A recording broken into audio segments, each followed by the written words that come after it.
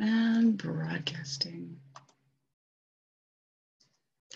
Good morning. Thank you so much for joining us. I'm your host, Mia Zachary, and thank you so much for being here, for sharing this experience and this information with us. I'm going to tell you a little bit about me, a little bit about my friends, a little bit about the purpose of this event, and then we're going to dive right into the information. So I am an intuitive healer. I am a certified Reiki master teacher, and I am the founder of Elemental Abundance.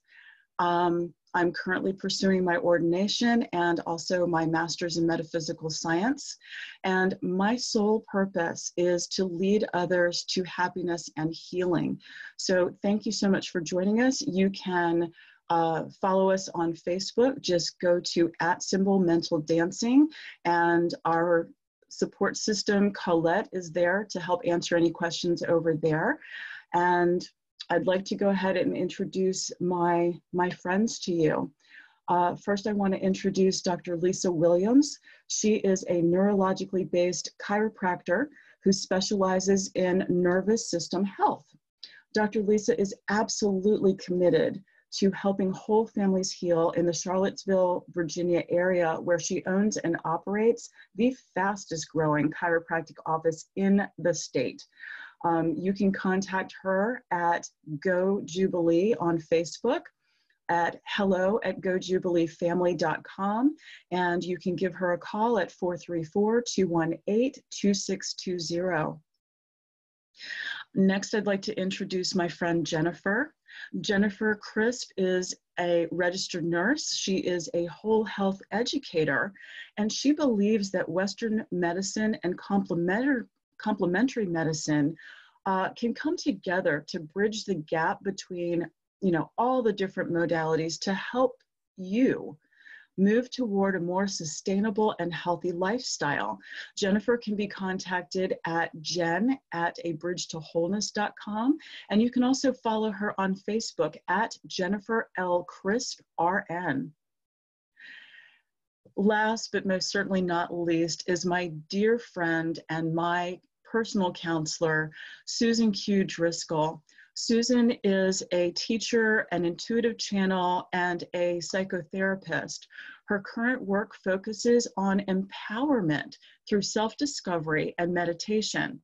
Susan's practice, which includes not only individual counseling, but also group sessions, is located in Montgomery Village, Maryland, as well as virtually. And you can reach Susan at sdriscoll, DRISCOLLM, at AOL.com. And you can also call her secure landline at 301-977-4536. So once again, welcome to Well at Hand. This event, this opportunity to share information came about because so many people are in lower vibrational energy right now. People are scared, people are worried, people are nervous, but more than anything, a lot of us are just uncertain. There's no way to really know exactly what's going on at any moment or what's coming in the future. And that's obviously adding to our worry, our anxiety, and our stress levels. I myself am a survivor of chronic severe depression. I'm a suicide failure. And I know from personal experience how when you already have an underlying mental state, that adding something like this can potentially be really devastating. So I wanted to just share some information. There's a lot of stuff all over the internet, and yeah, we all love the memes too. However, I really wanted to gather my friends who are absolute experts in their field to share some verifiable information, not just, something that you happen to see on, your mother-in-law's sister's best friend's Facebook feed. So with that in mind, let's talk about the fact that even people who don't have underlying mental stresses, issues, or anything right now are still dealing with uncertainty. So I'm going to leave it to Dr. Lisa to go into the details of this, but let's talk about what stress is. One of the things that happens is, there's two different kinds of stress. There's eustress and there's distress. Now, eustress, that's the good kind of stress. And that's the kind of stress we need when we're doing something like, a live broadcast and we've got a little bit of stage fright. But that's the kind of stress that gets us ramped up, gets us motivated, raises our energy, raises, our tone of voice, and gets us ready, to rock and roll and be in our purpose and to share from our hearts. And distress, well, I think we're all familiar with this, but the one thing that I know from my own experience is the body can't tell the difference. The mind has to do that. So when your heart is racing and your breathing is shallow and your face is flushed and you've got butterflies in your stomach and you feel, your throat tightening up a little bit, your body doesn't know, hey, what's going on right this? Your mind has to tell you. So one of our purposes today is to help you kind of take that stress energy and redirect it. Because what happens when we're under stress? Well, one of the things is that high levels of adrenaline, start pumping through our system to give us energy to run or to fight. Well, over the long term, though, our adrenal glands are working overload and we can get into kind of a chronic fatigue, right? Another thing that happens when we're under, short-term stress is that we're breathing shallow. We're breathing from our chest so that we can get a faster oxygen exchange. But long-term, if we stay in that stressful state, well, now we're not getting great oxygen exchange because we're constantly breathing from the chest instead of from the diaphragm. And that's going to lead to some fatigue in the neck and shoulders and possibly, lead to headaches, which Dr. Lisa can help you with. I know from experience because I was one of her patients. Another thing that happens during stress is that your digestive system shuts down. All of the energy needed to, turn our food into fuel gets redirected to our limbs so that we can run, we can fight, we can flee, whatever we need to do. But again, if we are constantly in a stress cycle, then what's going to happen is our digestion slows down, and that's going to lead to things like constipation and allergies, inflammation, bloating. And finally, well, not finally, but finally for me, because I'm just sharing what I know, not trying to claim I have all of the answers. But one thing I do know from personal experience, because I've been here and I've done this and I have the t-shirt, is that when we are in stress, our mind is constantly on high alert. Every sound, every shift in your environment, everything that comes in is constantly like, oh, what's that? Oh, what's that? Oh my God, what's that? And so over time, we're constantly anticipating danger when there may not be. And so we struggle with falling asleep, and our body repairs itself at night. We have to have rest for our body to function well. And if we're in this high alert of state of stress, we can't do that, and we're not functioning well. And so here we are, blessed or cursed to be stuck at home right now.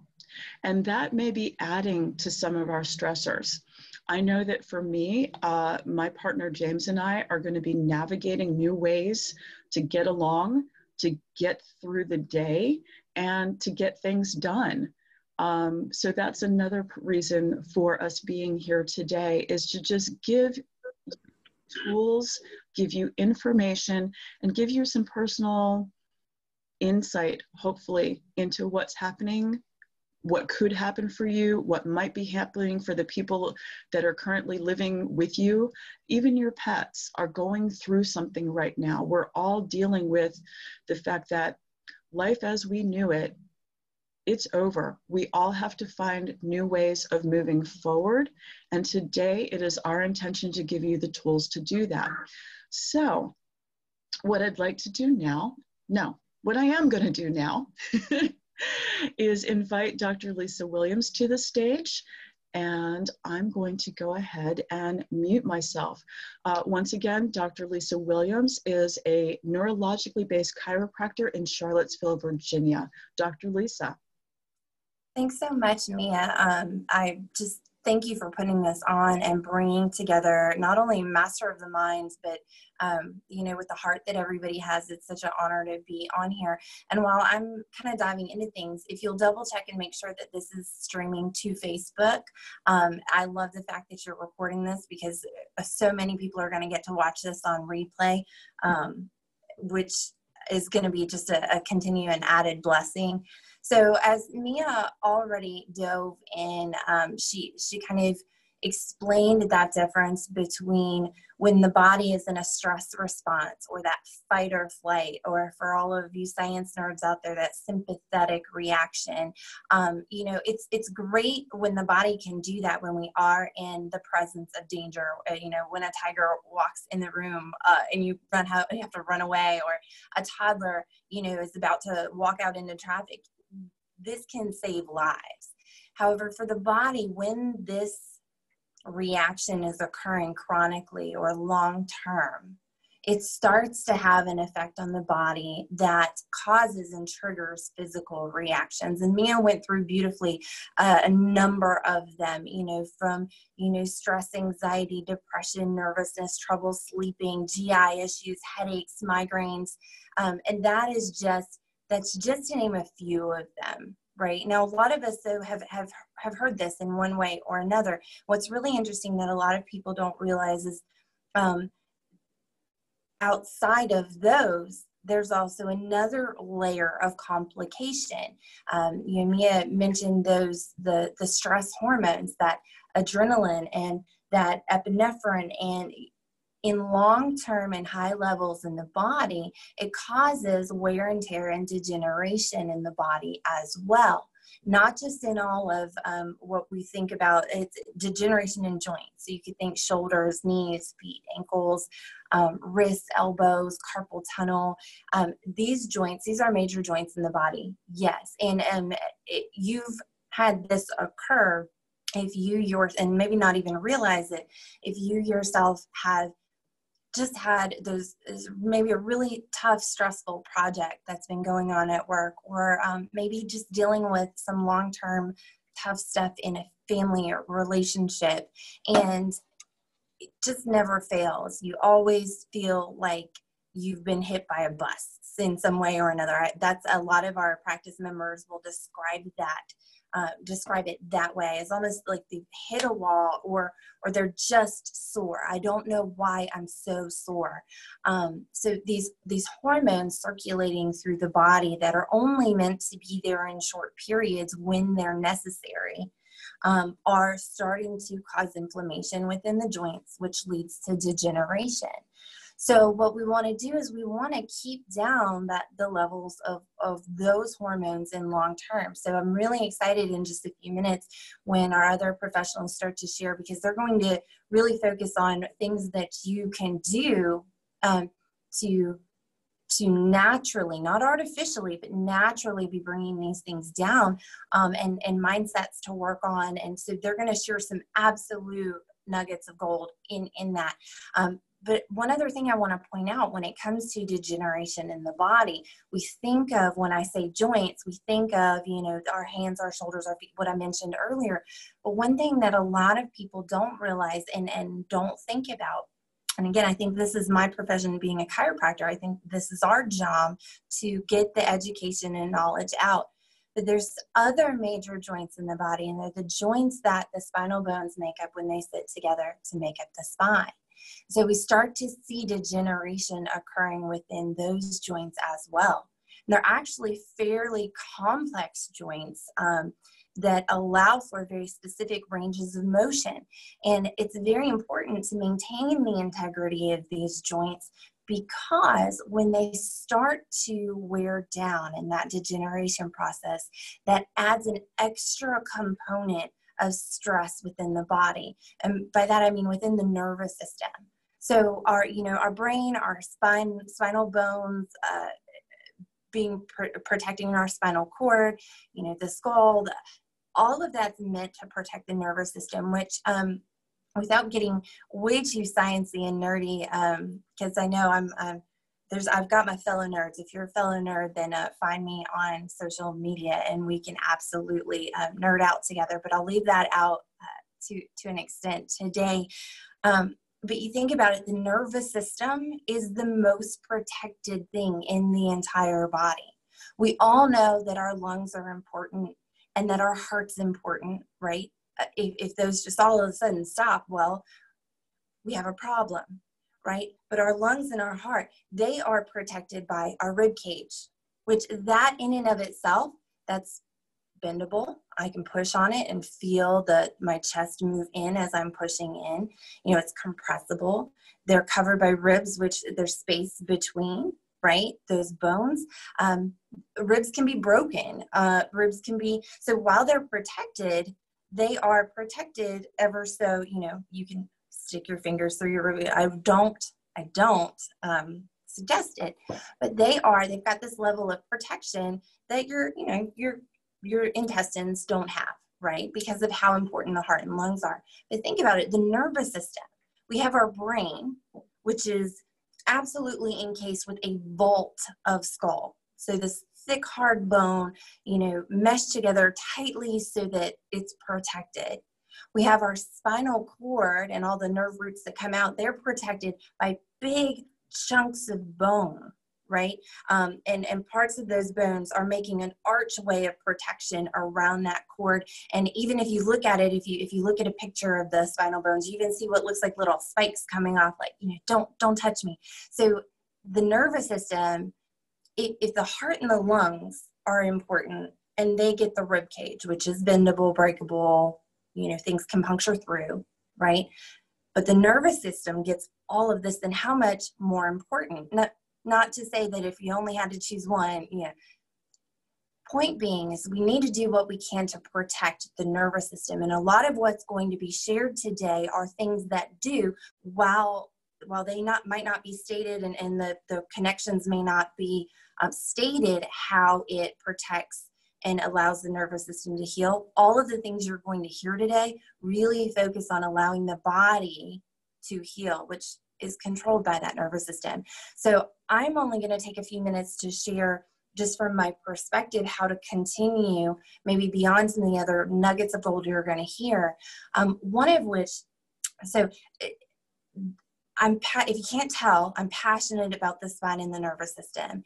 And why that is when I talked about that degeneration, unfortunately, within the spine has become, by definition, an epidemic.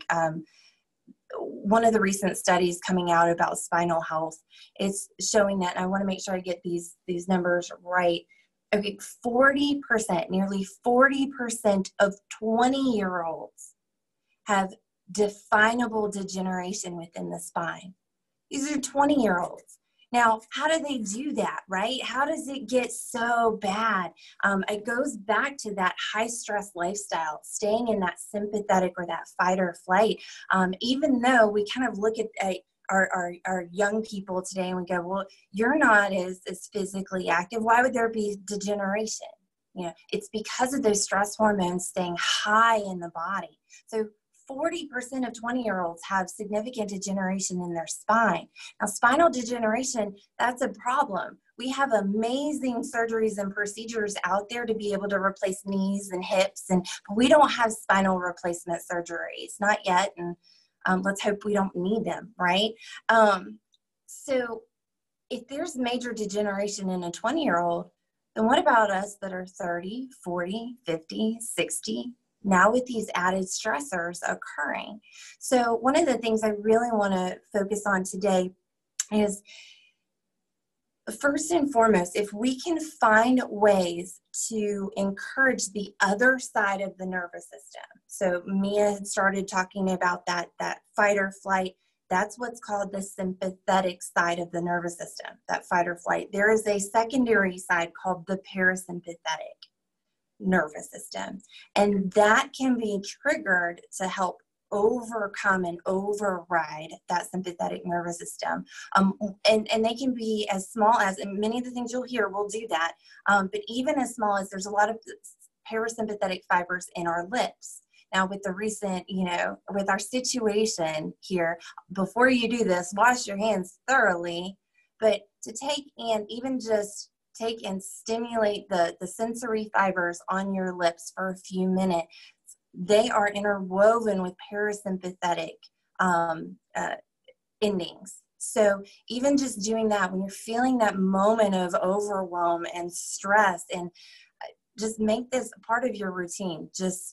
And if you don't want to use your fingers, you can use something else. I go back and I think my grandmother seemed to be one of the least stressed out people in my entire life growing up, and she was always putting on chapstick, and I never knew why, because her lips always had chapstick on it. Maybe that's what that really was. Maybe that was the secret to her success. Another thing being that within the spinal column, the portion of the spinal column from about here to here, this has a lot of parasympathetic nerve roots that come out. And a lot of these come out to things in the muscles in the rib cage and just the mid-back area. So one of the things that we can do is we can protect that area with good posture. That's, I feel like posture is a lost art. We've got our older generations probably remember a time when they were young that when they would start to slouch and sit and, they would get smacked or they would get hit with a ruler, sit up straight. Competitions, even within beauty pageants, had the posture and the books, and it was an art that has not been brought forward with each next generation. Nobody liked getting smacked when they were told to sit up straight, and so they didn't perpetuate that to their children, who then perpetuated even less and less. And so now what we're doing as a society is we have a life very much, and I'm going to turn to the side of this rounded forward, looking down posture, whether we're working at a computer or looking at a screen or a tablet, or even when we're reading a book, we still do it like this. So by keeping good posture, which means instead of this forward, head tilted forward, we bring our head in line with our shoulders. We bring our shoulders back and down. What this is going to do is a couple of different things. One, it's going to stop so much of the irritation of the nerves that come out at that level, which, that leads to the mid-back pain and all of these symptoms that nobody wants. But that's going to protect the nerves that can better give that parasympathetic feedback to the nervous system. What it'll also do is it increases the amount of oxygen that the lungs can take in. So, when you hear and we hear things about certain breathing exercises or being intentional about breaths, we have a hard time doing that when we're forward. So posture, first and foremost, is so important. Another one being that spinal hygiene exercises. You'll hear about how exercise is good in general, but I want to focus on spinal hygiene. So the muscles and ligaments around the spine itself that allow for posture, as well as our core muscles, they're oftentimes very, very weak on every individual, and even more so if we've ever had any accidents, slips, trips, falls. Spinal surgeries will oftentimes damage those muscles and ligaments. Car accidents and whiplash injuries of any kind, whether they came from like sports as a kid or that fender bender, as little as 10 miles an hour in a fender bender straight on with not even any rotation into the car, that can cause up to a grade 2 whiplash. So all of these things feed into that weakness and further degeneration of the spine. So spinal hygiene is something that we don't talk about much, but is starting to gain a lot of traction. And if I may make just a bit of an analogy, in the early 1900s, dental hygiene was not something that was commonly practiced. And so with now what we know, what would happen is this bacteria would grow on your teeth. It would, it's waste products would cause a lot of the degradation of the tooth. It would rot the tooth, and so the main job of a dentist back in the early 1900s was extracting. They would just take out these rotten teeth, and that took their time, and that's what they focused on. Well, there was a dentist at the time, Dr. Funes, I think. Dr. Funes, I think. And in 1906, he realized, you know what, we need to try and catch this before it becomes a problem, before we have to yank these teeth out. Just a few years earlier, they had learned and realized that this bacteria was causing this. And so he started implementing dental hygiene. The idea and concept of coming into the dentist to have your teeth cleaned versus to have them pulled. And oh my goodness, as we all know and have experienced it just in our situation right now, not many of us like change, right? Change does something to us. And the same was true then with this small change as well. For a long time, it was seen that if you brushed and flossed your teeth, or dear Lord, if you went to the dentist and paid him to do it, getting your cleaning done, then that was a hoity-toity, you must be of someone with an advantage, or you're silly. Why would you do this? But now fast forward with what we know about dental hygiene and how important it is to keep the integrity of the bones in our mouth, our teeth. Now chiropractic, and neurologically based chiropractic in particular, is really at that point where it's our responsibility to be teaching the spinal hygiene. And it's through not only regular adjustments and getting adjusted to make sure that the spine is in alignment, that it's moving properly, but there's another component that you guys at home can be working on as well.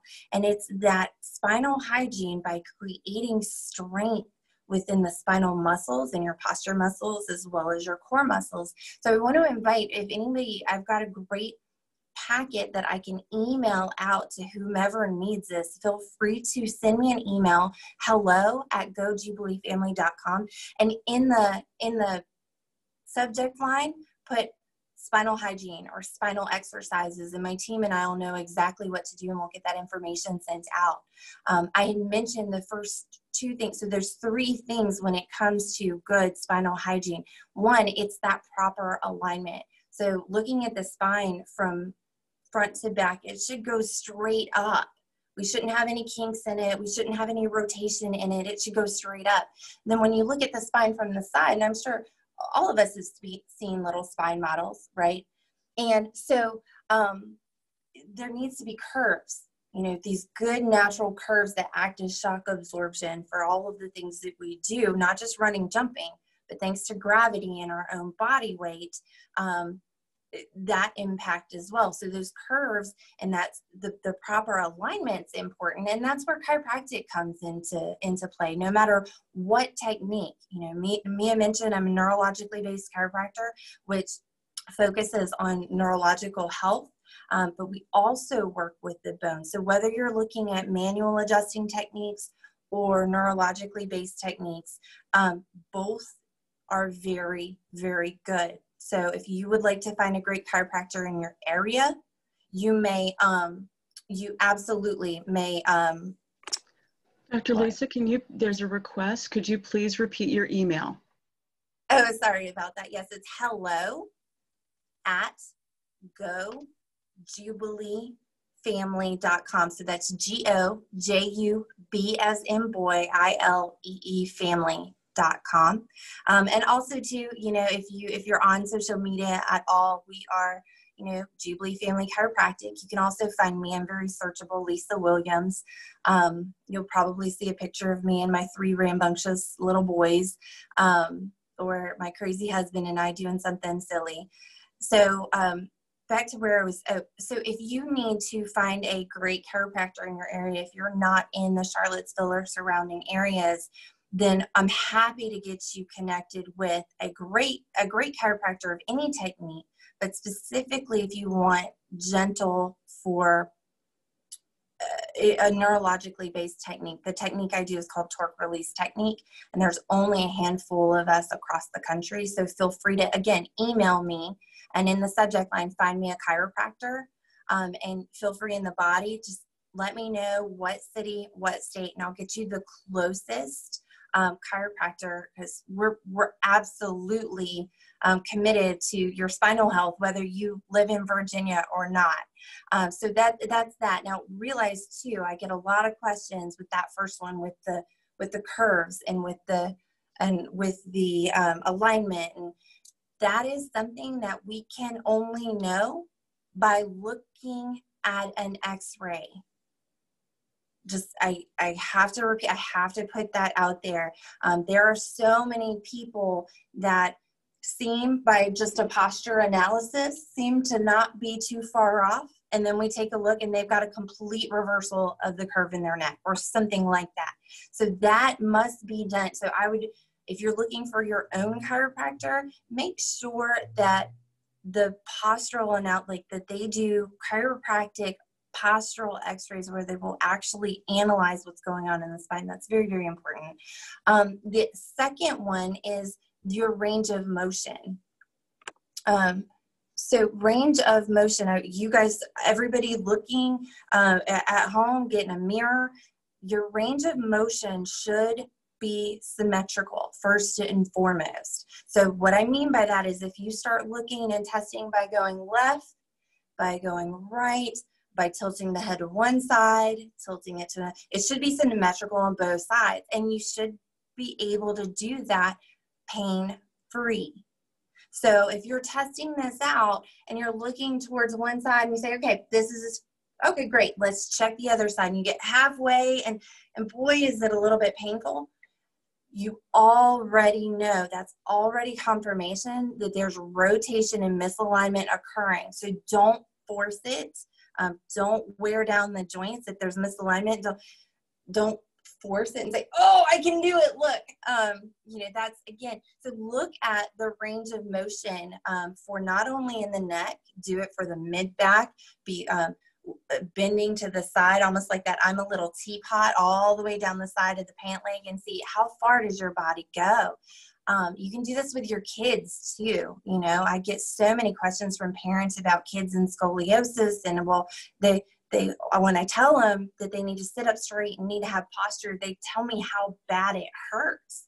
And I just tell them it's their weak muscles. Well, if it actually hurts, then there's probably some major misalignment. There's probably, it's to some degree headed towards some either long-term degeneration or scoliosis. And so if you can catch that early as a parent, great. Great. Hey, Dr. Lisa. Mm-hmm.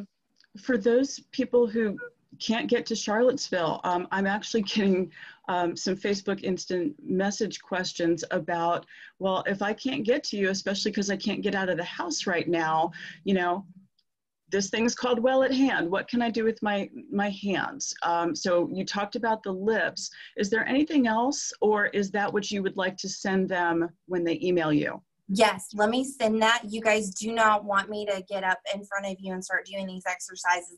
We don't have time for that. In fact, I'm about to, you know, my time is up. So send me an email, hello@gojubileefamily.com, and I will send out all of the exercises that you can be doing at home that they're not hard. A lot of people will first ask, like, hey, I haven't been to the gym in so long, or maybe I've got these chronic issues that I just have to modify everything. These are small, precise, and oh, you'll know you're exercising, but they're very targeted and very specific to those particular spinal muscles. These are things you can do with your kids, your grandkids, if you're you know, physically distanced together.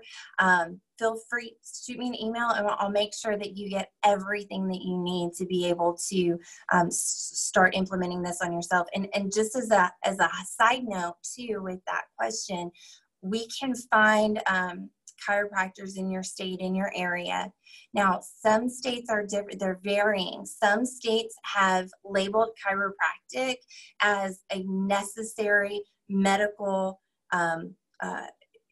essential personnel, and they're being asked to stay open and asked to be accepting new practice members, and of course asked to be very careful with the sanitation. And so there's some states where chiropractic is still open, still thriving. So I'll be able to let you know, is that a state where they've been deemed essential? And then of course, unfortunately, there are some that don't quite understand the importance of chiropractic and how it plays into the nervous system and immune health and just health in general. And so they have been asked to shut down. So I'll be able to let you know, like, hey, wait till this is done, or you can go ahead and make an appointment now. So, but with that, I would like to, I want to pass this back on to Mia, because I'm so excited these next two speakers are really going to focus on, again, more so than even I can, on what to do with yourself in, like, what you can do at home with only your hands. Thank you so much, Dr. Lisa Williams of Jubilee Family Chiropractic in Charlottesville, Virginia. Those were some really great tips. And, you know, it's funny, when you were mentioning that, I noticed that sometimes when, I don't know, I'm thinking or I'm preoccupied with something, I sit there and kind of rub my lips, and now I know why. So thank you for that. And I'm also working on better posture, especially because, you know, Dr. Lisa is my chiropractor, and she's worked hard to get my neck back in alignment with my shoulders. So I'm not going to mess that up. The next person that I'd like to bring onto the stage, so to speak, is my dear friend, my guide, my heart sister, and you know, my personal counselor, Susan Q. Driscoll. Once again, Susan is a practicing psychotherapy counselor. She is a teacher and an intuitive channel in Montgomery Village, Maryland. And Susan, I'm going to turn the stage over to you. Well, thank you, Mia. That was, wow, I don't know if I can live up to that buildup or not. Thank you so much. And thank you for the opportunity to be here. And I want to thank all of you who are joining us today. And as someone who works on people's emotional and energetic well-being, I think you are to be commended for taking this time to take care of you. Very important. So the way that I'd like to get started is for everyone to follow Dr. Lisa's advice. Let's sit up straight. Make sure that you're tall in your chair. And I want you to just close your eyes for a minute and take a nice deep breath from your tummy all the way up and release that through your mouth.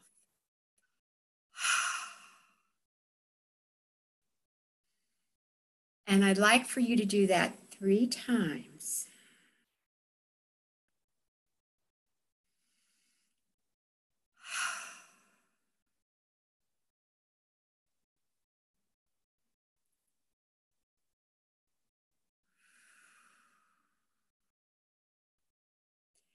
And on that 3rd exhale, you can open your eyes and set the intention to receive all the wisdom and all the good energy that you need today from this session with all of us. Okay, good. Now let's get to work.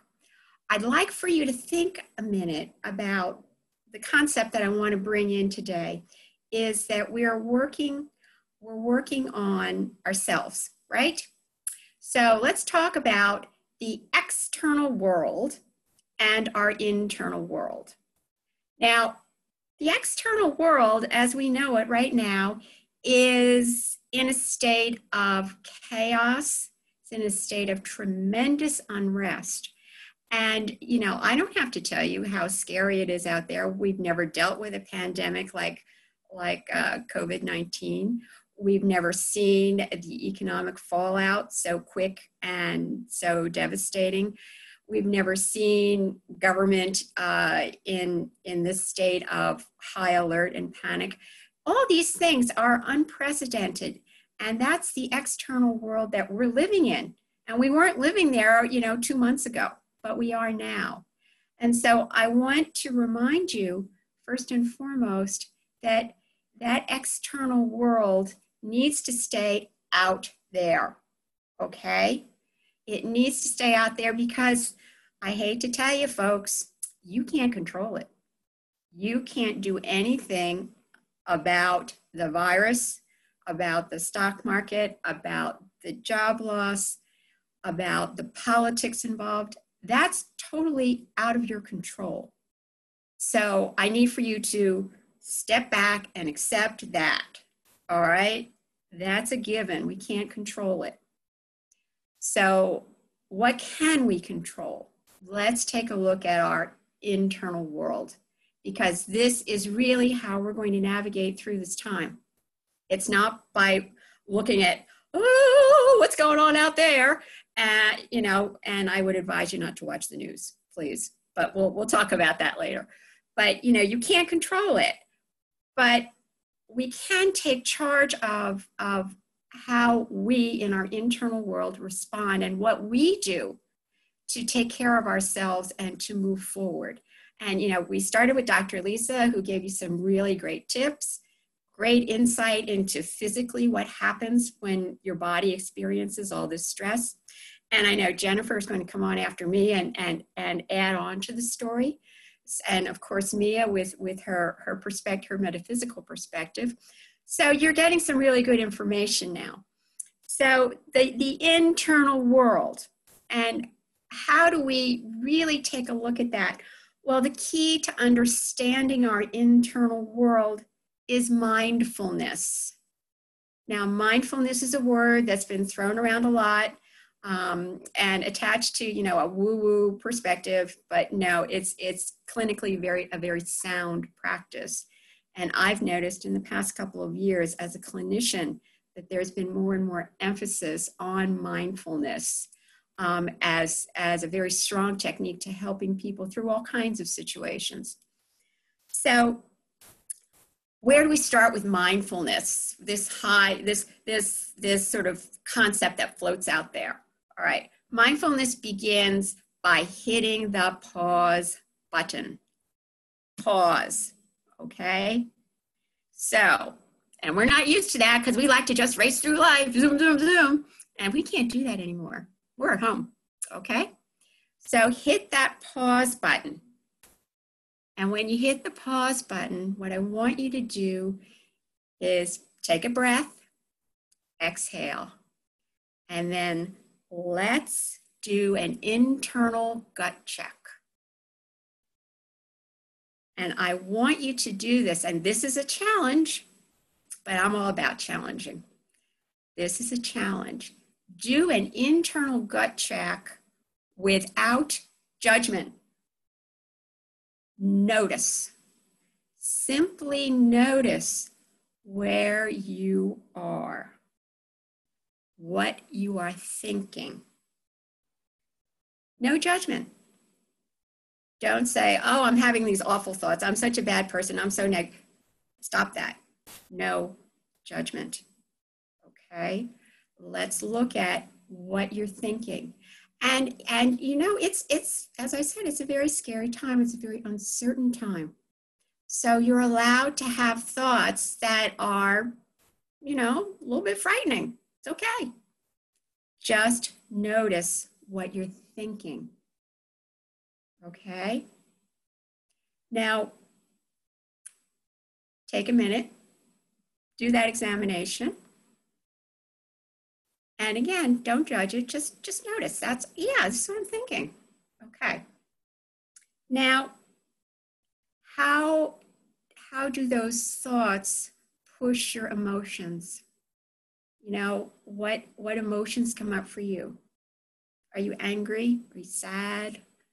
Are you feeling panicked? What are you feeling? Okay, not what you're thinking, but what you're feeling. Again, don't judge it. Just acknowledge that's where you are. Acknowledge it.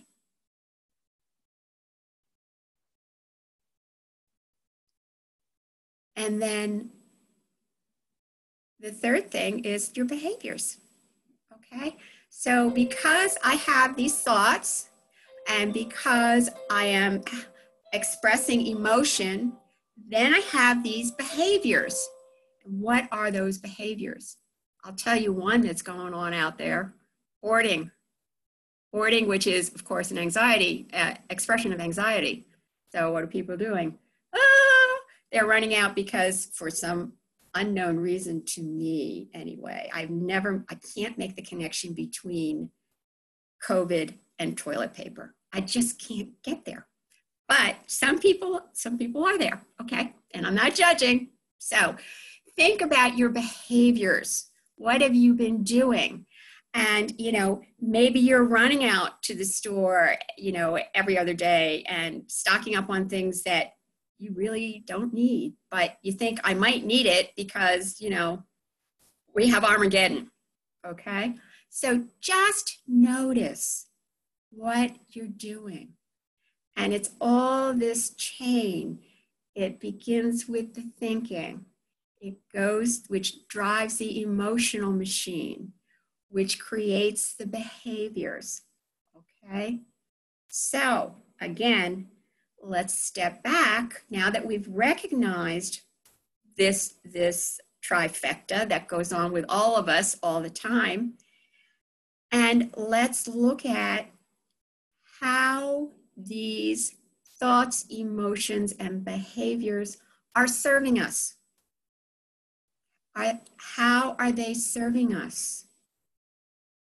Is being immobilized on the couch with a bag of potato chips and a soft drink, how is that serving you? Because it is on some level. How is it serving you? If running out and buying the last packet of toilet paper on the shelf at Safeway, even though you have 30 rolls at home, how is that serving you? Take a look at that. And again, do it without judgment, folks, because remember, we are in uncharted territory. There's no guidebook for this. There's no roadmap for this. So we are behaving in ways that we might not do in our life pre-COVID-19, okay? Or if we did, it was for a short time, okay, or once or twice. But now we're looking at, a very different situation, and we're responding differently. We're thinking, we're feeling, we're behaving differently. And I want you all to just recognize that and not judge yourself, to give yourself some permission to acknowledge what's going on with you. That's a very important step. And that's what mindfulness is all about. Mindfulness is not being able to, transcendentally connect with, the higher powers. It's all about recognizing what's going on in here. And if it's not working for you, then let's look at, what we can do to change that. But before we get there, I want to talk, because I'm a clinician, I do want to talk about depression and anxiety, because these are two conditions that can be exacerbated by the situation that we have to deal with. And again, this is part of your internal gut check, part of your mindfulness. And, depression and anxiety are clinical terms, they're clinical diagnoses. And I'm not going to get into a clinical discussion. For our purposes today, I'm going to make it simple because I'm a big fan of the KISS. Keep it simple and sweet, okay? So I look at depression and anxiety as expressions of energy. And when you are depressed, you have a lack of energy. You can't, you're immobilized, okay? So maybe you're not getting out of bed, or you're not taking care of your personal hygiene, you're not showering, you're sitting on the couch kind of binge watching something and mindlessly eating, okay? There's no energy there. And the only thoughts that you have are thoughts that are really very, very, very bleak. You don't have the energy to see beyond the external world, okay? So that's how I'm going to talk about depression today, is that lack of energy. And again, that's not a clinical approach, that's just sort of my shorthand for how I see it going on in this particular situation. Then we look at anxiety.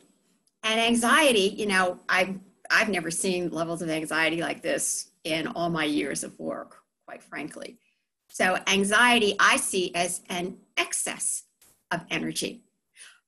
Can't sit still, got to do this, got to do that. I have one of my clients that I had a session with yesterday talked about how many closets she had cleaned, how many flowers she had planted in her garden. And she did all of this in one day. And she's not bipolar, so I knew it wasn't a manic episode. She just is very anxious. She's self-employed. She's not making any money. And she's got 2 kids in college, so she's very worried. Obviously, her anxiety level is very high. So she is just churning away. Okay, so anxiety, too much energy, an excess of energy. And typically when I see somebody who has a lot of anxiety, I like to say, well, I think, getting to a gym and really getting a good workout would be helpful, but they can't do that right now. So we're looking at get outside and walk, get on YouTube and find some videos that will help you, okay? But anyway, to look at depression and anxiety as really kind of coming into this situation right now and recognizing, again, without judgment, if you're being affected by either one of those behaviors and states of being. So remember that we're all about not judging, and we're all about helping you to recognize where you are and get you moving in a better direction. Okay, and I think what goes hand in hand with all of this, and it's something that we talked about a little bit, the 4 of us, before we began, is to, when you're doing this internal check and you're recognizing all of these things that are going on with you, I want to interject the concept of loss, okay, which is also very, very strong right now, because you are in a place where you're in a transitional period.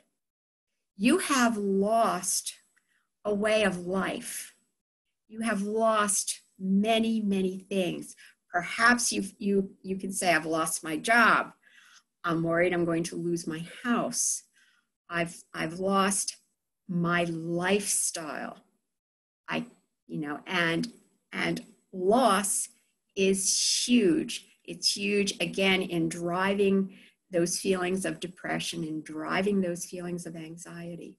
And we have to acknowledge that, yes, we've lost a lot of personal freedom right now, which again is very big for your emotional health, because it drives that feeling of, I'm out of control. I can't control these things. So again, we're going to go back in and take a look at what you can control. Okay. So if anybody has any questions about what I'm talking about, please feel free to, type out a question and I'm happy to answer it. But I want you Susan, to know. Susan, I have a question for you that came to me by messenger. How do we stop the information addiction that's going on right now? How do we stay informed but not stay stuck in the, oh my gosh, there's another headline, oh my gosh, there's another breaking news, oh my gosh? Okay, all right. Well, this is a really bad time to be an information junkie, a news junkie. It really is, because that behavior is not going to serve you. So my advice is, let's take 15 minutes, no more than 15 minutes a day, and do not watch the news on TV. Do not watch anything electronic, all right? I like to read. If you want to read a newspaper, or if there's a website that has some good information, that's fine. But, you know, there's a lot of stuff that's posted on social media that's just bogus. The nightly news, they're sound bites that are sensationalized, and that they create more anxiety, they create more depression, and they spin you out into these, again, these thoughts, these emotions and behaviors that don't work for you, that aren't serving you. So to, you know, you have to go on an information diet. It's what you have to do, okay? So you only allow yourself a short period of time and go to a source that's very reliable, 15 minutes. I personally, I've gotten, you know, I'm of an older generation, and so I still read newspapers. And so I get the Washington Post delivered to me, and that's what I do. I look at the Post in the morning, I look at the headlines, I decide what articles I want to read, and then I get a full, factual, unbiased account. I don't get sensational headlines. And that works for me. And I know that, you know, you can access the Post electronically too. That's fine. But the point is, you really have to limit your exposure to that. Again, remember that it's part of that external world that is in chaos. And we're trying to keep you as far away from that chaos as possible. Now, I'm not suggesting that you totally cut yourself off, so you don't, you know, so you become Rip Van Winkle and you wake up 100 years from now and it's all over. But you really need, again, it's that mindfulness, and that big question in mindfulness is, how is this serving me? How is this serving me? Is this, you know, what's Dr. Phil's famous question? How's that working for you? You know, and that's really what we're looking at. Gotcha. Susan, I appreciate the lighter side of the, you know, hunkering down and isolating. But we need to also recognize the other side, which is where people might be. For those people who are struggling with control of their reactions, their emotions, actually, let me not even talk about some people. Let me just go to me. Like I said at the beginning of this broadcast, I am a suicide failure. I have survived severe chronic depression, but for the last couple of weeks, I feel like I'm going backwards in some ways. My anxiety levels have been higher than they have been in years. And I found myself going to some dark places in my mind because we're uncertain, because we don't know what's coming. And I feel helpless. What are some of the, in general, without diagnosing, what are some of the signs, the behaviors, the languaging that we might be aware of coming from ourselves or coming from, you know, the friends, the family, the roommates, whoever we're living with at this moment, that might signal a need for reaching out for additional help. There are all kinds of hotlines available, and we can share those out at the end of the broadcast or email them or something. But what should we be looking for in ourselves and each other right now, Susan? That's the question. Okay. Well, in terms of depression, it's that real sense of hopelessness, and that the inertia and the hopelessness. Those are the two things. If you are noticing that your partner isn't getting up, is sleeping too much, or not sleeping enough, is eating too much or not eating enough. If you're looking for extremes in behaviors, you're also looking for that, what's the point? I'm going to die anyway. What's the point? This is Armageddon. The expression of things being totally bleak, totally hopeless, totally, they can't see beyond this, that there will be an end to this. So those are the big, those are the things that you want to be looking for. And so if that person, or if you Mia, because you have a history of depression, that it's important for you to recognize when you're sliding there, and if you need to talk to a primary care, or if you need to do some virtual counseling around that. I wonder, as I rub my lips, where I might find a virtual counselor.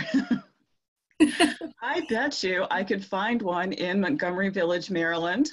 I bet you could. And I could email her at sdriscollm@aol.com. I've put that into the chat so that people can see that. Or maybe I could call her at 301-977-4536 because that is her secure landline, and it is HIPAA compliant. Yes, so. Yes.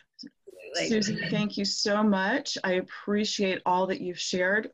Was there anything else that you'd like to wrap up with? I just wanted to very quickly say that self-care right now is very important, and stop being a caregiver and start taking care of yourself, because we all do that. Some tips for good self-care, your hygiene. Let's start with that. Create a little schedule for yourself. Make sure that you're going to bed at the same time, getting up at the same time, that you have some activities, whether you're walking outside, you're reading. It's a good time maybe to start a project. So have a schedule for yourself. Connect. And here we are connecting. All right. Use technology to connect. I have 4 adult children. My husband and I have 4 adult children, and they are respectively in Philadelphia, Seattle, Los Angeles, and Northern Virginia. So we are doing a weekly Zoom family meeting. Okay. Connect with people. Movement. Get out there and move. I don't care what you do. Do an online yoga class. Get out and walk. And of course, meditation. Meditation is a wonderful, wonderful way to calm yourself and to feel like you're in control of your internal world. I will offer this to all of you on every Tuesday at 2:00. I do a live meditation on my Facebook page for Martin's Messages. It's at 2:00. It lasts about a half an hour, 20 minutes. And then some chat, and it's on the page. So if you miss it, you can just access it by going onto that Facebook page. And my last parting words of wisdom is nothing lasts forever. Nothing lasts forever. And when we're out of this, guess what? We have the opportunity to reconfigure and recreate our reality. And that's kind of exciting. And that's my cognitive reframe for all of you. Thank you. Thank you, Susan. I really appreciate you being here. That is some great tips, and I know what I'm doing next Tuesday at 2 p.m. Thank you. My next guest, my next friend, is a newer friend, but she's the kind that you can go weeks and months without speaking to. But when you say, hey, Jennifer, I want to do this thing and I need you to be on it. And she's just like, yes, before she even knew what the thing was. So once again, I'm so happy to have Jennifer Crisp with us. She is not only a registered nurse, but also a whole health educator. And I am really, I can't wait to hear what you have to share, because you always have so much good to share. Jennifer, I'm going to turn it over to you. Thank you, Mia, and thank you, Dr. Lisa, and thank you, Susan, because I think, everything that you have said today is, I think, really reassuring information for people during this time. And I love the fact that this is very quiet. This is a very quiet connection in community, which is really quite a shift from all of that external information that's been coming at us full force. So this type of connection and community is what I'll recommend that all of you who are listening and tuning in today have access to with your family members, your friends, groups like this, because it does help us to actually kind of go inside and slow down. Because as I've been sitting here, I've also had the opportunity to slow down. So right now I'm involved in a project that we're sewing surgical masks for the healthcare workers on the front lines, and it's very busy. So it's great to be able to just kind of sit and just chill and listen to all of this really great information. So I've been asked to talk to you today more about the nutritional and eating part of what's going on right now. And I think along with what Lisa was telling us, that, when we sit to eat, are we sitting up straight so our food goes down the right pipe, first of all? And, sitting up straight allows the food to fall down into the stomach in a much more relaxed way. And with Susan saying that, 15 minutes a day is all we need of information, because really the only thing that's changing is the numbers, right? I mean, and you can get everything you need in 15 minutes. So having that, I think, also come into play when we're feeding ourselves is really important. So what I want to do for you today is just explain a little bit about digestion in a really simplified manner, and about how to set your table so that you can eat joyfully during this time. So many of us don't realize that, eating actually starts with smell. So as soon as we smell food, actually, as soon as we start to think about food, we actually begin the process of digestion. We actually begin salivation through thinking about food and through smelling food. So right there, we can come into a place of joy when we think about a favorite family meal or a meal that we've shared with someone. And that in itself is great. Here's the trick, though, is learning how to recognize those signals so that you really know that you're hungry versus, oh, I'm looking for something to do, or I'm in a state of anxiety, or maybe I'm in a state of depression. And the way I do that is to feed myself. As Susan mentioned, if you're sitting on the sofa with a bag of chips and a soda, you are definitely, you're responding in a way. You're taking care of yourself in the way that feels good at the moment. But is it really serving you? And I think that's where we really want to go today. So what I recommend to people all the time when they want to change their eating habits, and right now we probably have a lot of people who are home. We are a culture that is very used to convenience packaging, convenience cooking, convenience eating out. And now, oh wow, we've had to shift. So think about, how do I create an ambiance like a restaurant would? How do I create a state of being that when I sit down to eat my meal, I'm actually sitting at the table, or I'm sitting in a comfortable chair? You know, I'm in a place that's just comfortable, a place that makes me feel safe and secure, and that the food in front of me is something that was either prepared for me, prepared by myself, and that it's fueling my cells. Because it's not just feeding yourself, it's fueling your cells. Your brain takes up a huge amount of energy. It burns the most calories out of any organ in your body.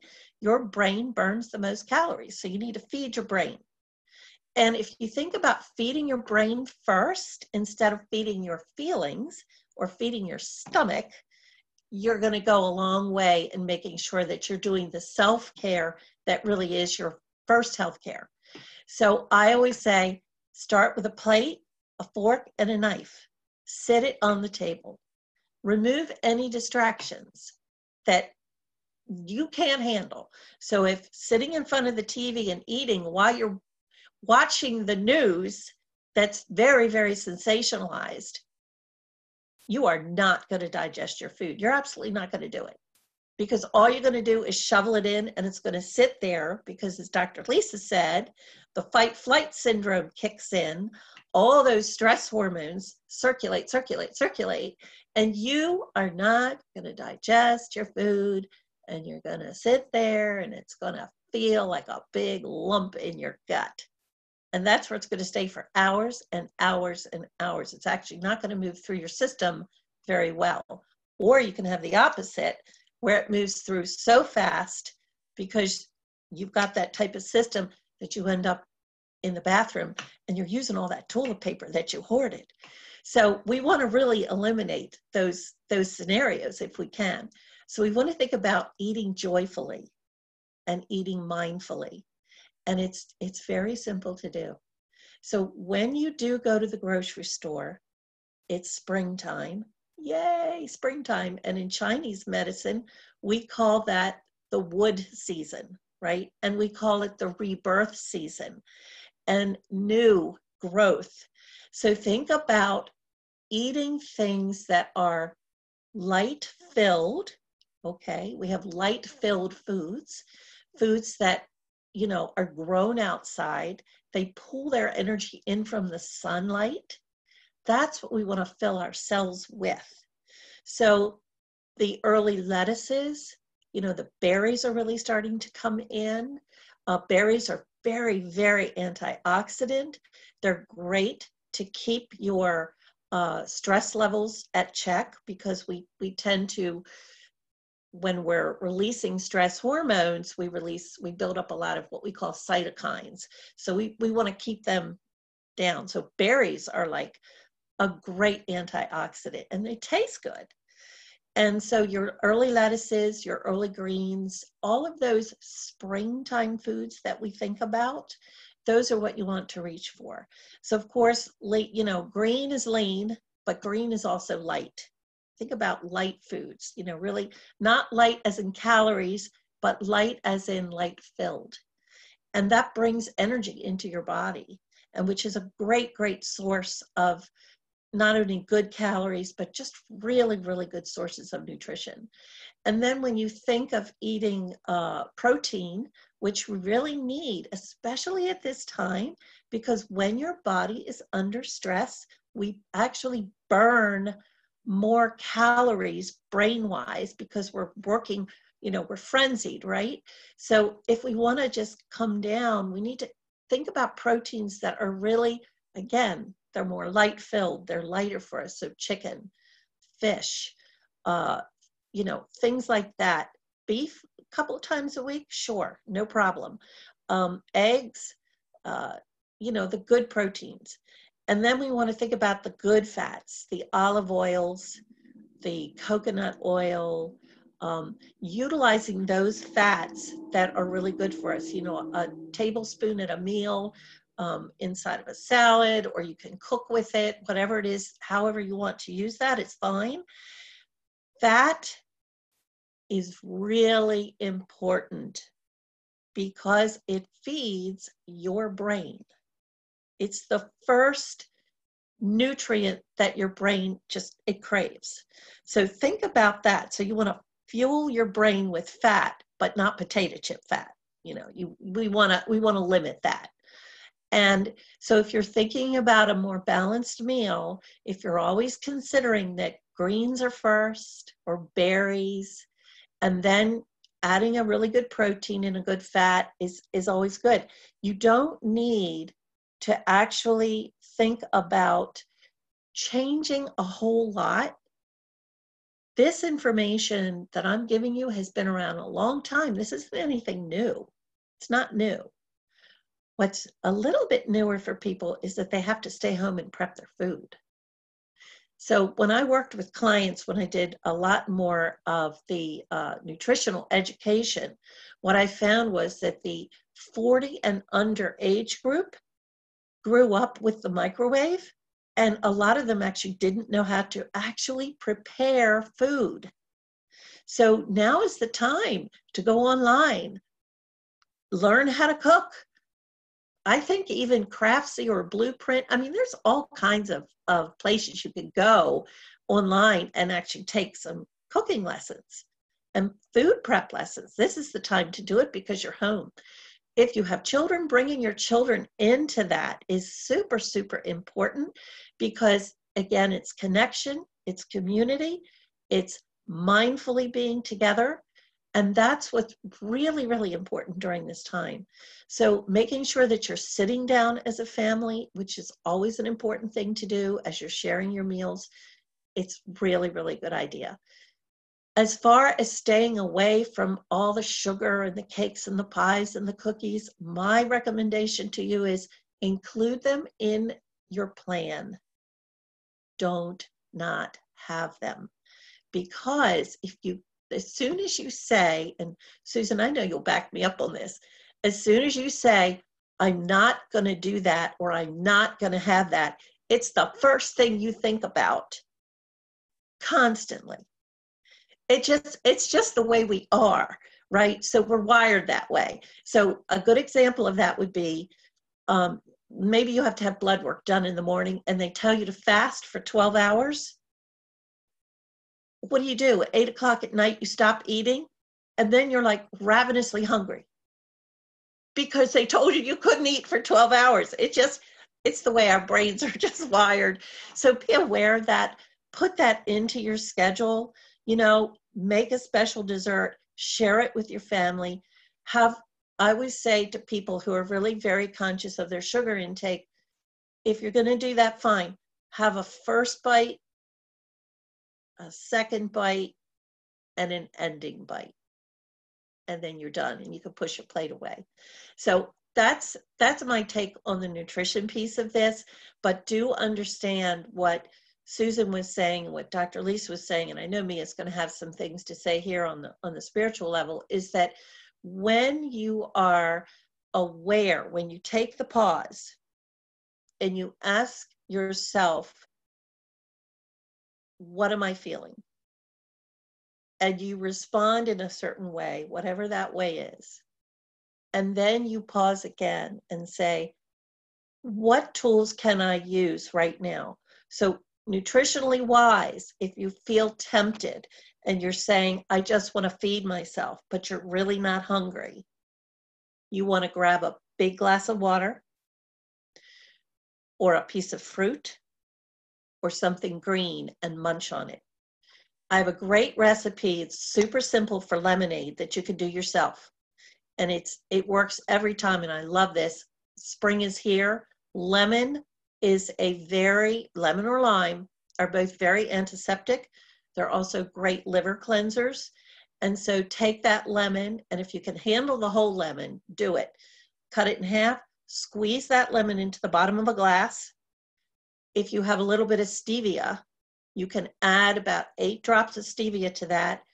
Ice cubes, fill it with water. That is a great lemonade. It will quench your thirst. It will satisfy you because it's a little bit sweet, and it's very, very hydrating. So that's one thing you can do.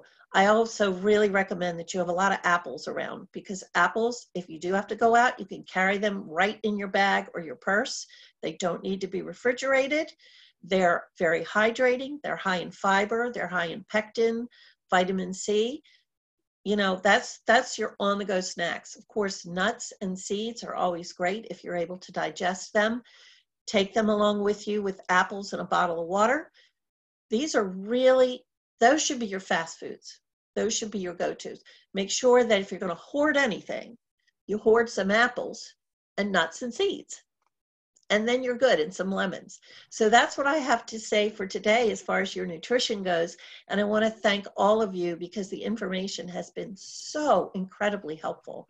So thank you. Mia, I'll turn it back to you unless anybody has any questions. Actually, Jennifer, there are some questions. The first one that came in was around fat.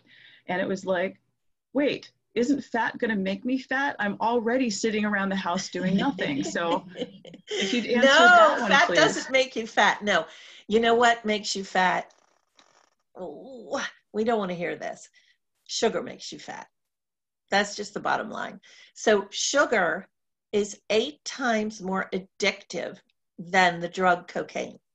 We know this through brain scans that they have done on people who have been on cocaine, and then they feed their other person they want to scan with sugar.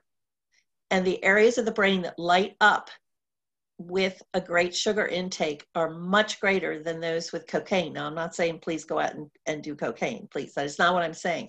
What I'm saying is I want you to understand how very addictive sugar is.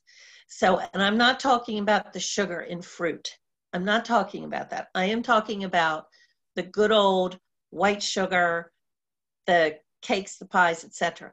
But seriously, if you really want to watch your weight, actually add a little bit more fat into your diet and cut back on your sugar, because if you do that, you will also lose the craving for the sugar. So have a breakfast of a couple of scrambled eggs cooked in either coconut oil or olive oil. Have a half a cup of full fat yogurt with a cup of berries. You will be full for hours and you really won't crave the sugar. So start thinking about that. There's a great book called, wait a minute, it's on my shelf. Hold on. It's called Always Hungry by David Ludwig, MD. And that's a great book if you really want to delve more into a little bit of a higher fat intake. This will be a time to do it. And of course, movement. Movement is imperative. As Susan said and Dr. Lisa said, you have to get up and move. The human body is meant to move. It is meant to move. That's why after surgery, we push patients right out of the bed within a few hours because we don't want their lungs to fill up with fluid. So movement is imperative. And right now, you want to move, you want to walk, you want to get out in the fresh air, and you want to keep those lungs really filled with good, clean, fresh air. Okay? So that you stay well. Thank you. Hey, Jennifer, I actually have a combination question for you coming in. This is so I talk a lot with my practice members about inflammation and how to decrease inflammation. Do you mind just touching on how, like, some fun ways that the diet, while keeping, like, eating joyfully and light-filled foods, and can you touch on how to incorporate some of those anti-inflammatory foods? Well? Yes. So the best way to decrease inflammation at the cellular level, we have 2 levels of inflammation in the body.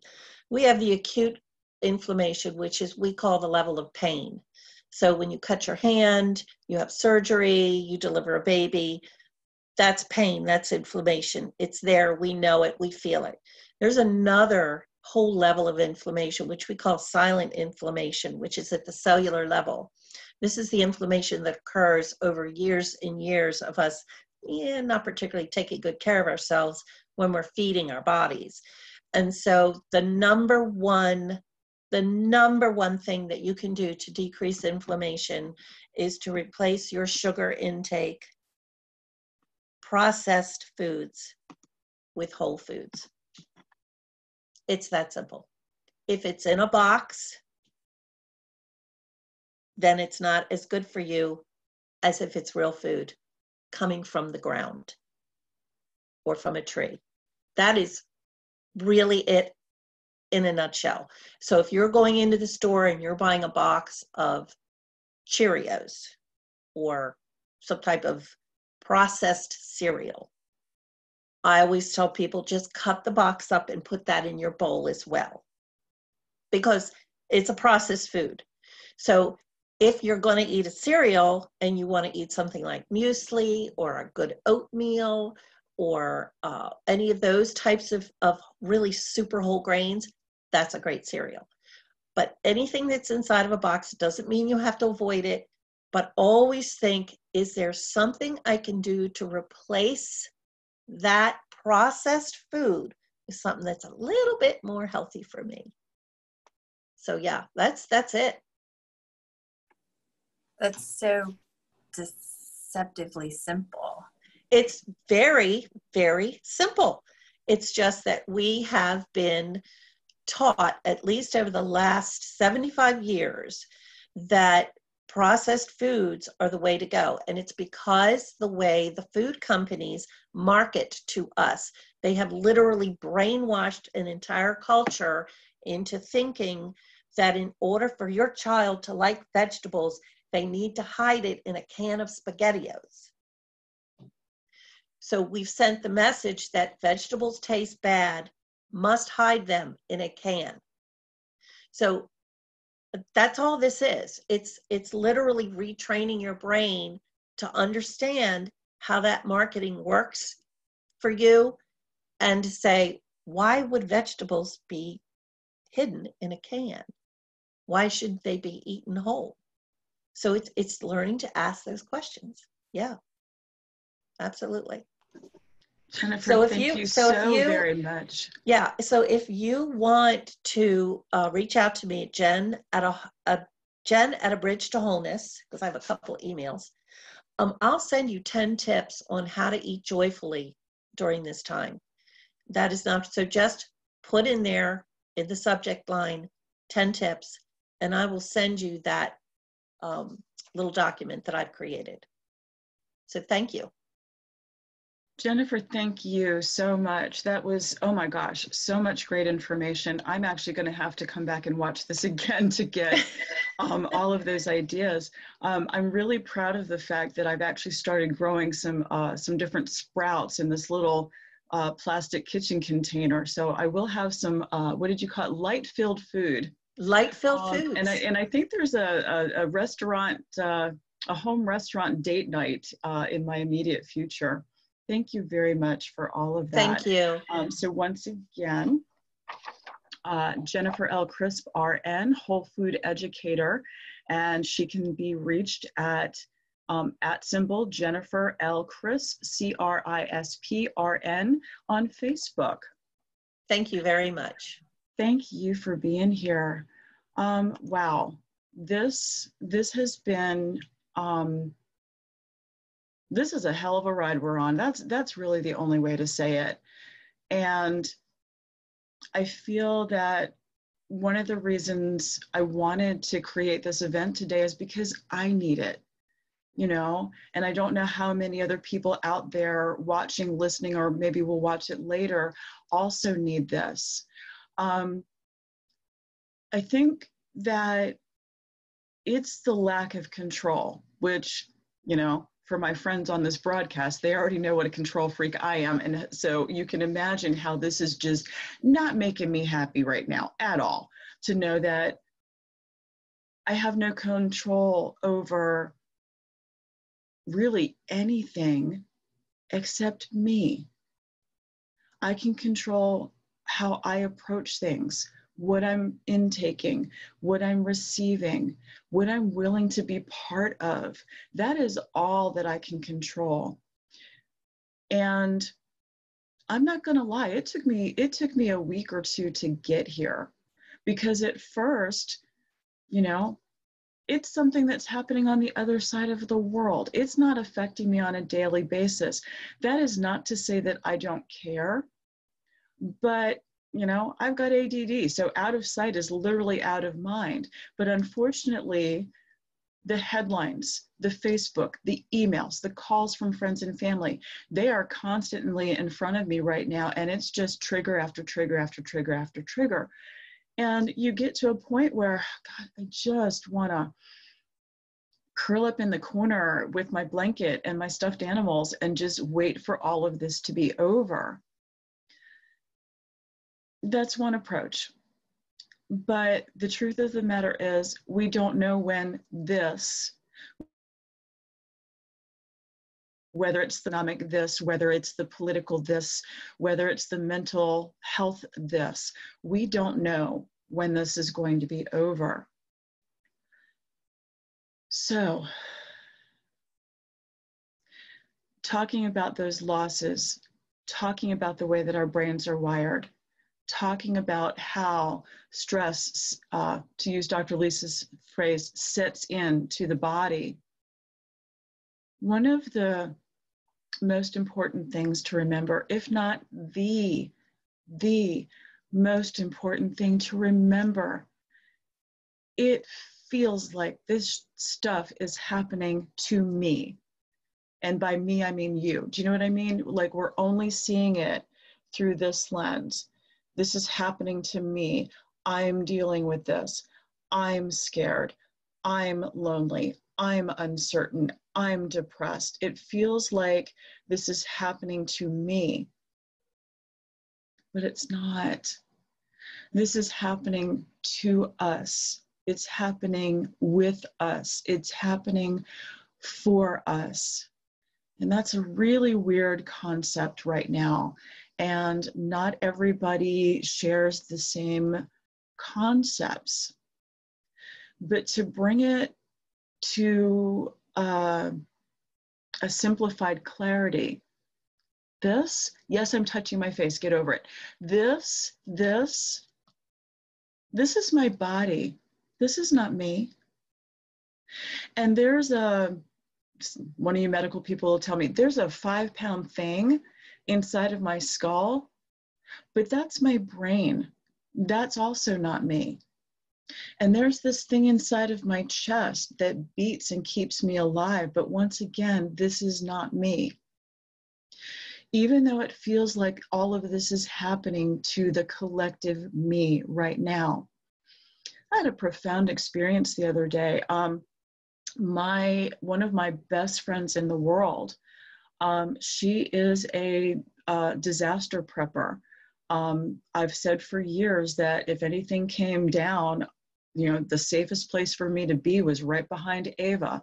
Well, Ava's 3 hours away right now, and she is hunkered down with about a year's worth of food and, you know, all of the things that she needs to survive for the next 6 to 18 months.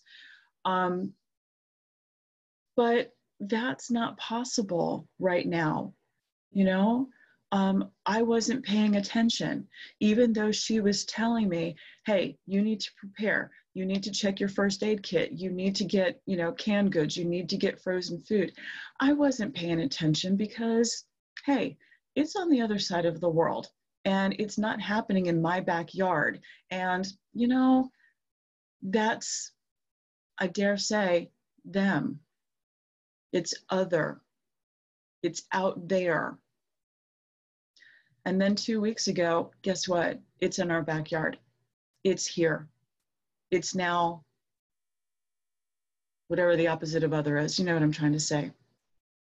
And I went into full-blown panic, as many of you might have also, or might be now. I had the heart palpitations. I had no desire whatsoever to get out of my bed in the morning. I was in the classic fight or flight. My stomach was upset. I was getting headaches.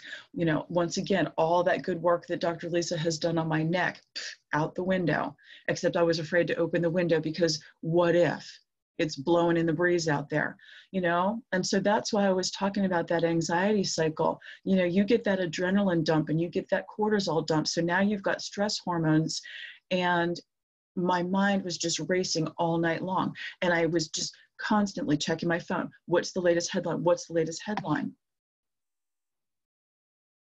I am blessed, and I recognize that I am blessed to be staying in place with a partner. Not everybody has that luxury, and I recognize that.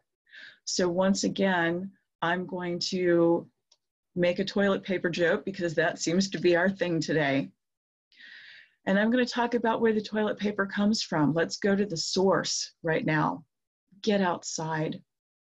If you can drive someplace, you know, hey, schools are empty right now, go walk on the field.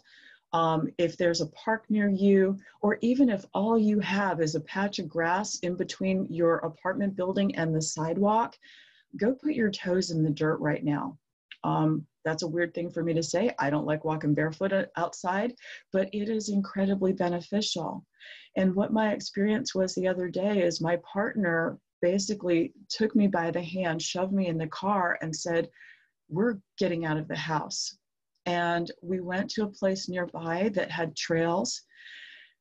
And I was kind of in that forward motion that Dr. Lisa talks about with my head down, and I'm just, what are we going to do? What are we going to do? Oh my God, what are we going to do?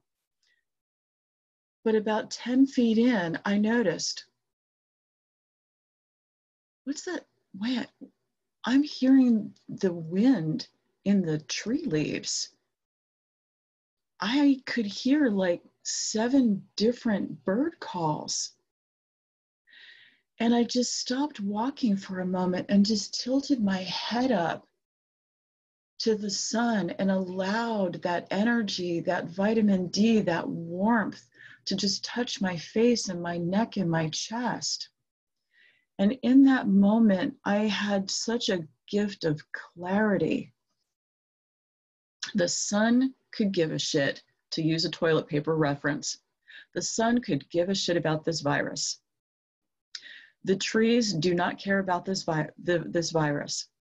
The mountains that I could see in the distance, they've seen viruses come and go, and they are still here. And it's a reminder. It's a reminder. I don't want to make light of anyone who's worried about a family member right now. I am not dismissing anyone who is immunocompromised right now. But at the end of the day, at the end of this season, at the end of this pandemic, this may or may not be here in whatever form. It may or may not be here in whatever state of health. It may or may not be here. But the true you, the me that lives inside what I call an earth suit, the spirit, the soul, the part of you that is connected to the part of me and the part of Susan and the part of Lisa and the part of Jennifer and the part of everyone who's watching and listening and who will see this later. Your soul doesn't care about this virus either, because that's the true you. That's the real you. That is the eternal you. And I think of it as threads in a tapestry. You're not going through this alone. You're not going through anything alone, good, bad, and everything in between. You are a thread woven into the tapestry that is the us, that is the we, that is the weft and the weave of the one. And we are all aspects manifested into physical form of the one. And the one has seen us through before and is going to see us through this and will see us through everything and anything that is coming at us, toward us, under us. We're going to get through this. It's going to be tough. We're going to be challenged. It's going to get hard because we're only in the beginning of this. I believe that you can think positively and still be realistic. The reality is we have something to go through. Those of us who are metaphysical, those of us who are spiritual, those of us who are higher minded, we've been talking for years about the great shift, the massive upheaval on the planet and in the universe. We've seen this coming, and y'all thought we were just crunchy granola eating tree huggers with our crystals and our woo-woo.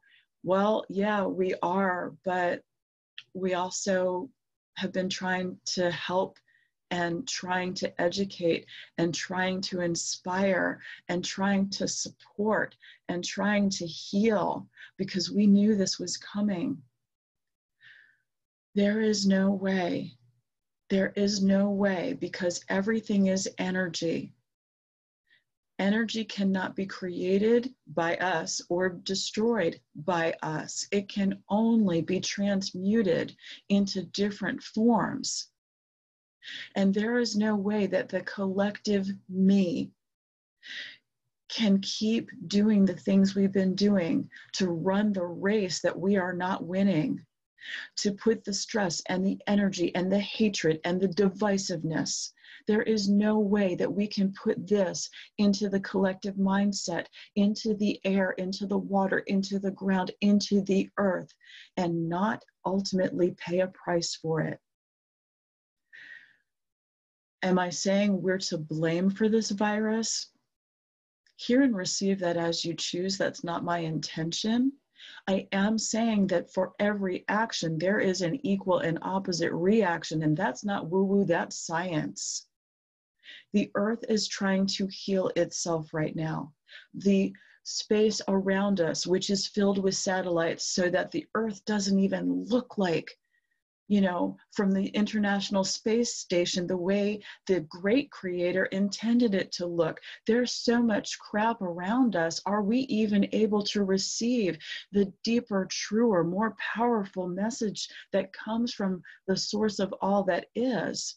Or is it getting blocked and bounced off the satellites? We cannot continue the way that we have and think that there is not going to be a price to be paid.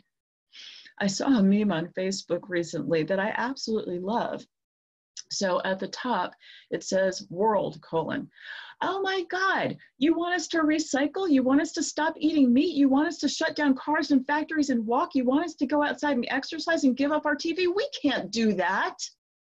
And then the next part of the meme, it says Mother Nature : fine. Here's a worldwide pandemic. Why don't you go practice? Well, that's what we're doing right now. We're practicing.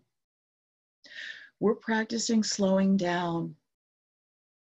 We're practicing paying attention. We're practicing asking for help. We're practicing giving support and service. We're practicing compassion. And maybe we didn't want to, and maybe some of us still aren't. This is hard. This is hard. Social distancing sucks. I miss hugging people. I miss patting my friends on the arm. I miss kissing people I care about. I miss shaking hands with a stranger. I miss all of this. But you know what? We're going to have it again. And even if it has to be virtual right now, you can still have a handshake. You can still touch people. You can touch them with your words.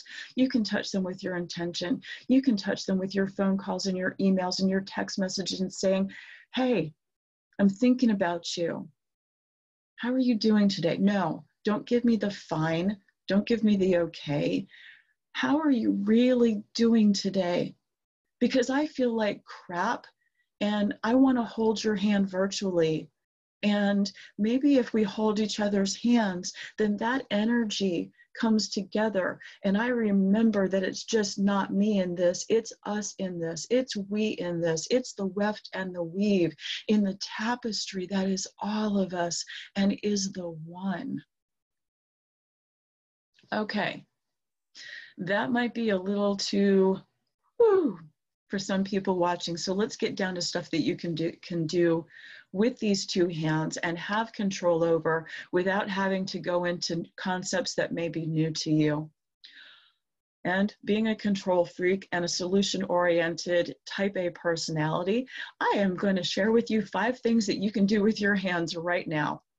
So the first one is core breathing. Susan touched on this a little while ago, but this is something you can do right now. Take one hand and put it over your heart, and you can't see me, even if I stand up, so I won't bother. Put the other one like right over your belly button. And the way that you do those deep breaths, those cleansing breaths that Susan was talking about before, is you're going to breathe in through your nose, and you're going to allow your belly to feel. Don't push it out, don't force it out, but just breathe in so that you feel your belly just moving slightly under that hand. But if you feel your chest moving, well, wait a minute, that's too shallow. You're breathing from the wrong space. So you're going to breathe in and fill your belly and keep breathing in until you feel it fill your chest, and then let it out. So it's like belly, chest, and then mouth. Belly, chest, so hang on. Nose, belly, chest, and mouth. It's like, what was that song we did? You know, nose and belly, chest and mouth, chest and mouth. Okay, I'm making this up as I go along. In case you can't tell, I did not practice for this broadcast. But that's one thing you can do to check and see if you are core breathing. If you can put your hand over your chest and over your belly and feel your belly moving, but your chest not, then just practice doing that. And that's one thing that you can do, is that core breathing. The next technique I want to show you is something called Jinsenjutsu. Don't worry about spelling it. I will spell it out for you in the handouts. But basically, this is a finger hold, a traditional Japanese finger hold technique. And each of your fingers represents an attitude. So I know Dr. Lisa will love this. It's an attitude adjustment. So for example, let's work with your thumbs. Your thumbs represent stress and trust. So what you want to do is gently but firmly grasp one of your thumbs. It doesn't matter which hand, it doesn't matter how you grasp it, as long as you've got all 4 fingers around it. And so what you're going to do, you don't want to squeeze. You know, this is not a deep squeeze. It's just like a reassuring firmness, if that makes any sense. So you're going to do that belly breathing. You're going to breathe in, and then you're going to exhale. And then you're going to kind of hold your breath and pause in the middle as you switch. Inhale and exhale. So what you're doing with this is you are inhaling trust and exhaling fear. I'm sorry, it takes longer to explain than it does to actually do. So let's do it together for a moment.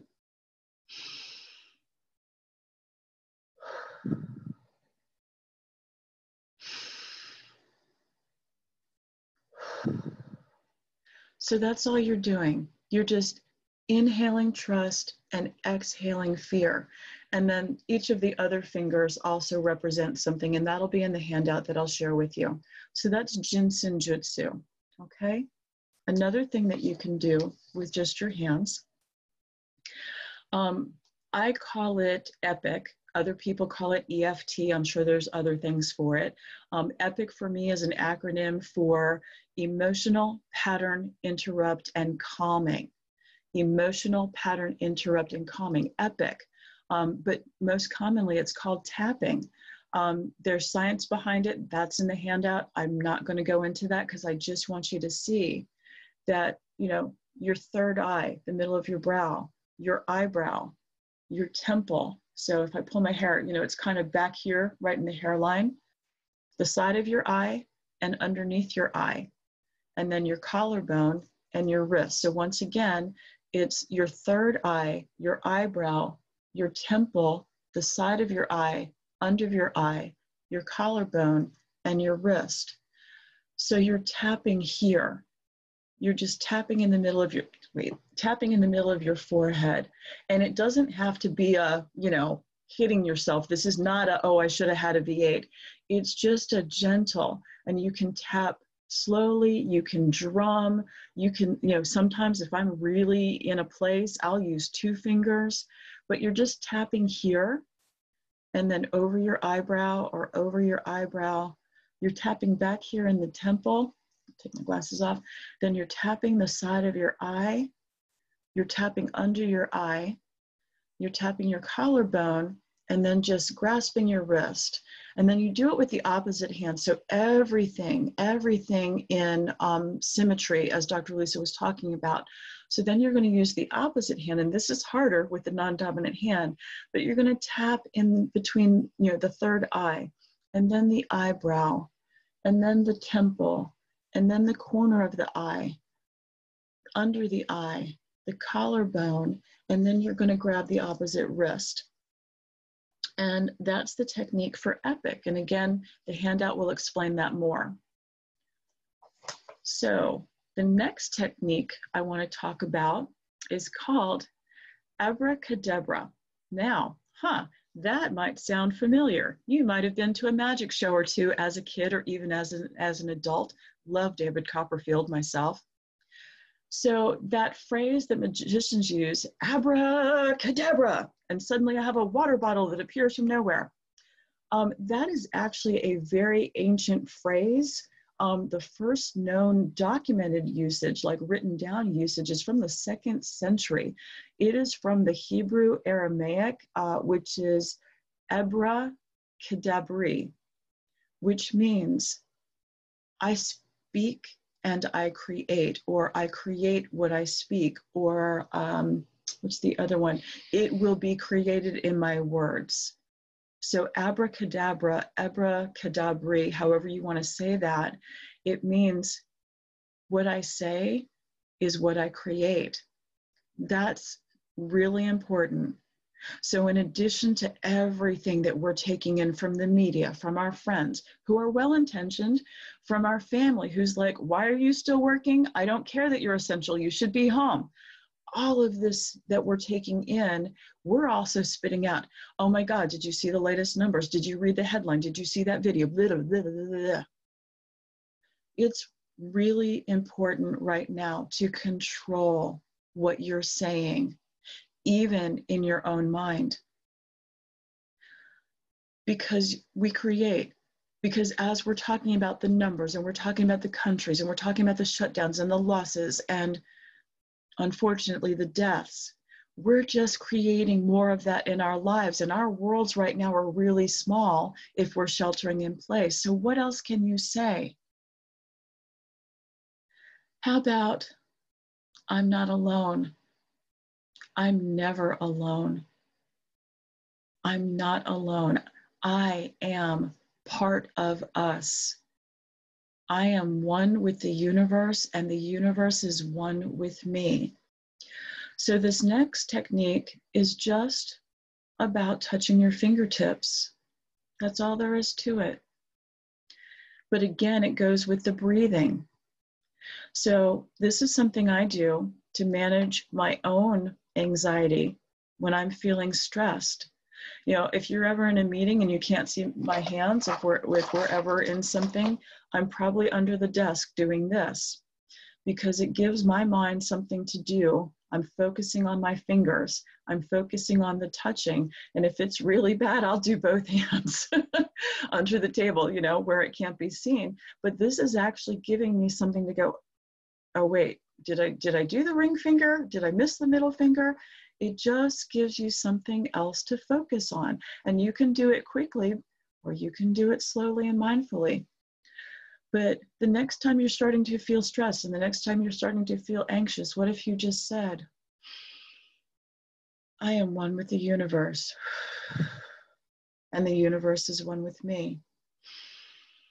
I am one with the universe, and the universe is one with me. And just went through that cycle. So that's another technique. And again, it's in the handouts. The fifth one is not necessarily the last one. I'm going to take you all the way back to, potentially take you back to childhood. Whatever your religion is, I am not speaking to that in this moment. I am speaking to your faith. I am speaking to the real you that lives inside of this earth suit. The most connective, the most calming technique that I can offer you right now goes back to the beginning. It goes back to prayer. That is one of the most powerful things that you can do right now. And if you are someone who is agnostic or atheist, that's cool. I'm not forcing you to believe. I'm not commanding or demanding that you believe. I don't even expect you to believe. You can pray to whatever you do believe in. Pray to your kids. Pray to your pets. Pray to the trees outside. Pray to somebody you care about. Pray to your best friend. Whatever you choose to pray to. Right now, pray for you and pray for me. Pray for all of us and pray for the we. Right now, as Dr. Lisa, as Susan, as Jennifer, and as I have all said, your mind is wired in a certain way, but that doesn't mean you can't strip out the electricity, short circuit some of those connections, and think again. Oh my gosh, I'm starting to feel so nervous. Oh, the headlines. Think again. We're all in this together. You have support. You have resources. You have people who love and care about you, even the ones that you haven't met yet or haven't talked to in a while or haven't seen in a long time. You are not alone. So pray for you, pray for me, pray for all of us. And we're going to get through this. It's going to look different on the other side. We're going to look different. Hopefully my hips will look a lot slimmer and my hair will look better and my skin will look a little bit suntan because I'm getting out and getting in the sunshine.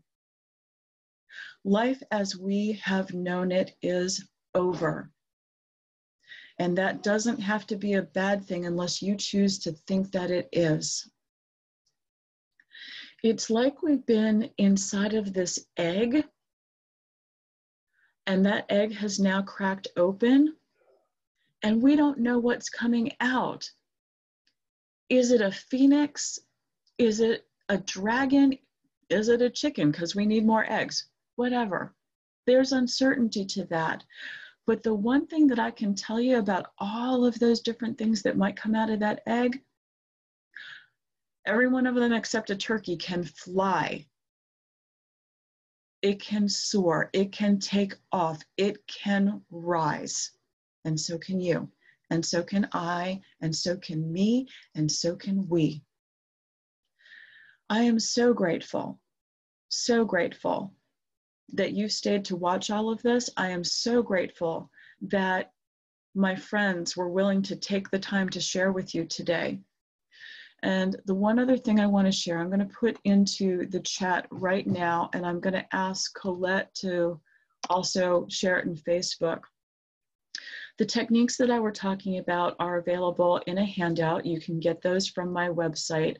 It's elementalabundance.com/WAH for Well at Hand event. So elementalabundance.com/WAH event. The handouts are there. They're available to download right now and anytime you need them. The other thing that I'm doing right now is reminding you, you're not alone. We're in this together. I've put special Well at Hand sessions up on my website. Once again, elementalabundance.com. We can do a 30-minute, we can do a 60-minute, we can do anything in between. And we can do it as a group if you want to get on a group Zoom. You're not alone. My friends and I are here for you. Just because this broadcast is about to end doesn't mean our service, our hope, our offers, our friendship, our love and support, that will be ongoing. And so I want to just express one more time, because we need to hear things in repetition. You're not alone. You're part of all of us. You are loved. There is help. There is hope. And we will get through this. I promise. So one more time, I'm going to go around. Thank you, Dr. Lisa Williams, neurologically based chiropractor in Charlottesville, Virginia, and the blessing to my neck and back.